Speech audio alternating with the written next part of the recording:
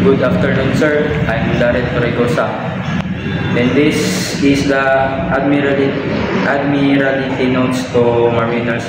Admiral Notice to Mariners. This is our official notice issued by the Maritime Authorities to inform mariners about important navigational safety information. They contain updates such as changes in navigational charts, hazard to navigation, or change regulations affecting navigations and others relevant information that affects the safety of ships and at seas. In the weekly edition, 20 days likely refers to a specific publication or document released on a weekly basis potentially by the government, agencies, company, or organization.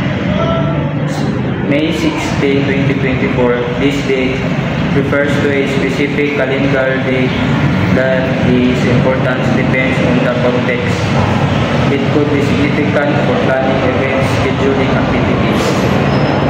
Making Admiralty charts affected by the publication list. When Admiralty charts are affected by the publication list, it means updates have been made to related documents like sailing directions or timetables. This keeps sailors informed with the latest info for safe navigation at sea. Admiralty charts is a map for ship giving details info about the depth, coastline, and hazard sailors. Used to the charts to plan route, stay safe, and navigate through waterways. The purpose of the Admiralty Chart 410 titled West Indies, Coba, Northwest Coast, Bahia del Marel, and approaches is to provide detailed navigational information for mariners navigating the Bahia del Mariel area and approaches along the northwest coast of Cuba. Admiralty charts, the publication to be published, and Admiralty charts to be published. May 30, 2024, Admiralty charts and publication to be published. This section likely indicates a schedule or plan for upcoming release of navigational charts and associated publication by the Admiralty. Admiralty charts to be published May 20, 2024. This specific date, May 30, 2024, for the release of new edition of Admiralty charts.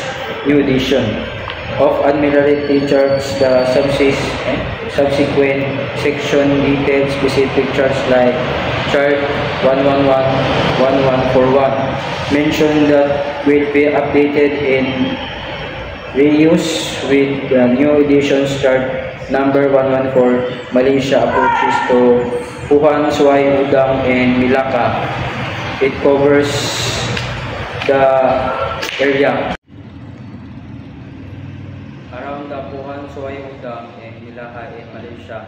The update includes revisions to depth submarine, submarines, cables, harbor limits, restricted and prohibited areas, encourage areas legend in the age to navigate. Admiralty charts in the publication now published and available. This section indicates that the mentioned Admiralty chart and publication are now officially released and accessible for use by mariners and other relevant users. New editions of Admiralty charts published May 16, 2024. This specifies the May 16, 2024 when new edition of Admiralty chart where official published details of specific chart. The announcement provides detailed information about the specific chart related to the Baltic Sea, focusing on the entrance on the Gulf of Lea in Elba, and Estonia updates and change includes new map, obstructions, and wrecks indicates addition to the chart, detailing new hazard or obstacle in the specific area, changes of the depths, change reference system, and by publishing update with new information on rocks. observation and changes to depth. The Admiralty aims to enhance the safety of navigation in the specific maritime area, accuracy and reliability of updating the vertical reference system and incorporating new data, ensure that the charts are accurate and reliable for mariners relying on the foreign navigation regulators. Compliance providing this update edition helps us mariners comply with regulations that require the use of current and accurate navigational charts.